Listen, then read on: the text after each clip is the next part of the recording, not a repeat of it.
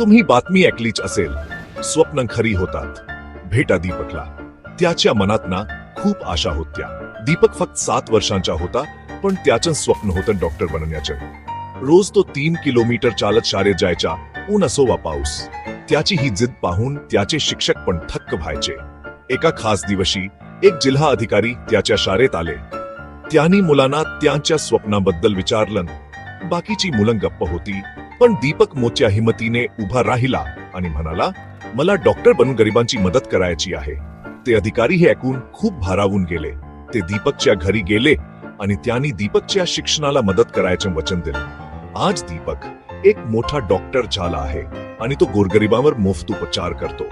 त्याची ही गोष्ट आपल्याला शिकवते की परिस्थिती कितीही अवघड असली तरी मेहनत आणि शिक्षण आपल्याला काहीही मिळवून देऊ शकतात.